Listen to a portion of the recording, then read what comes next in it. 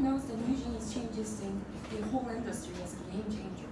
Likewise, the impact that GMO and other new genes have within the agriculture and the environment is huge. Therefore, today I want to discuss how new genes affect agriculture and biodiversity. To start, let's define what we mean by GMO and biodiversity. GMOs are organisms whose genetic material has been altered using genetic engineering methods, usually to introduce new traits like pest resistance or increased yield. Biodiversity, on the other hand, refers to the variety of the life and the genetic information they have, and also the ecosystem diversity. So as we increasingly adopt GMOs in agriculture due to their many benefits, it's important to acknowledge that they pose significant risks to biodiversity. Despite the negative impacts GMOs have on biodiversity, they offer environmental benefits and are widely cultivated today, making it crucial to manage their use efficiently. So today's presentation will proceed as follows. First, we'll discuss the two risks of GMOs, and also we'll look into the environmental benefits that it has, and finally, we'll explore specific solutions. So let's get started step by step.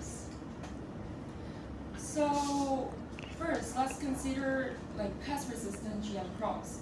These crops have been engineered to produce toxins that kill specific pests, reducing the need for chemical pesticides. While this seems beneficial, it can disrupt worker biodiversity. Pollinators and natural insects, they are beneficial for us. However, the toxins also attack these beneficial insects. So over time, this can lead to a reduction in insect population, which are crucial for ecosystem balance. Another significant issue is genetic pollution through cross-pollination. Cross-pollination occurs when pollen from GMO crops fertilizes non-GMO plants. This can lead to the unintentional spread of modified genes into conventional crops.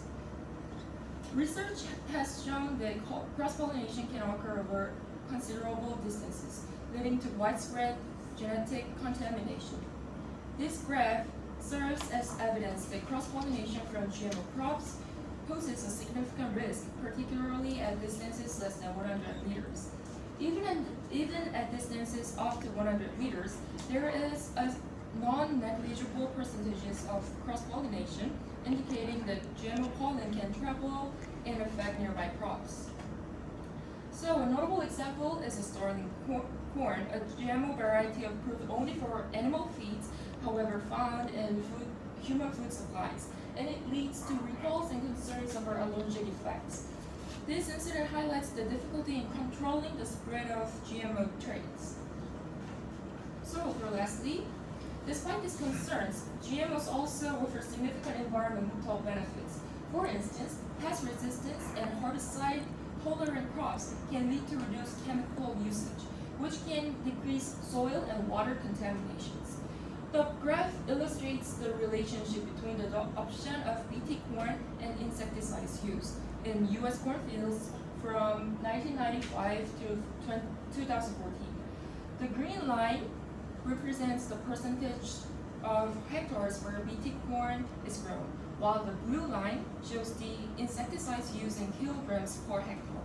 As the adoption of Bt corn increased, insecticides use has decreased substantially. In 1995, insecticides use was about 0.2. However, by 2014, it dropped to nearly 0.01.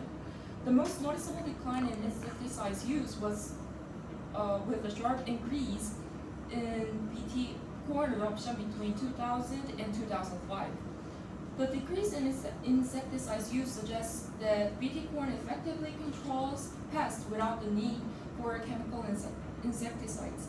This is beneficial for the environment as it reduces chemical runoff into water bodies and decreases soil contamination. In conclusion, while GMO provides valuable tools for modern agriculture, their impact on biodiversity cannot be overlooked. It is crucial to implement strategies that balance the benefits and reduce the risks. This might include strict regulations and monitoring of GMO cultivation, promoting buffer zones to prevent cross-pollination, and investing in research to understand long-term impacts. AI can play a role in this solution by enhancing monitoring systems, predicting potential impacts, and optimizing farming practices to minimize harm to biodiversity. By carefully managing GMO use, we can harness their benefits while protecting the rich biodiversity that our ecosystems depend on. These are some references, and thank you for listening.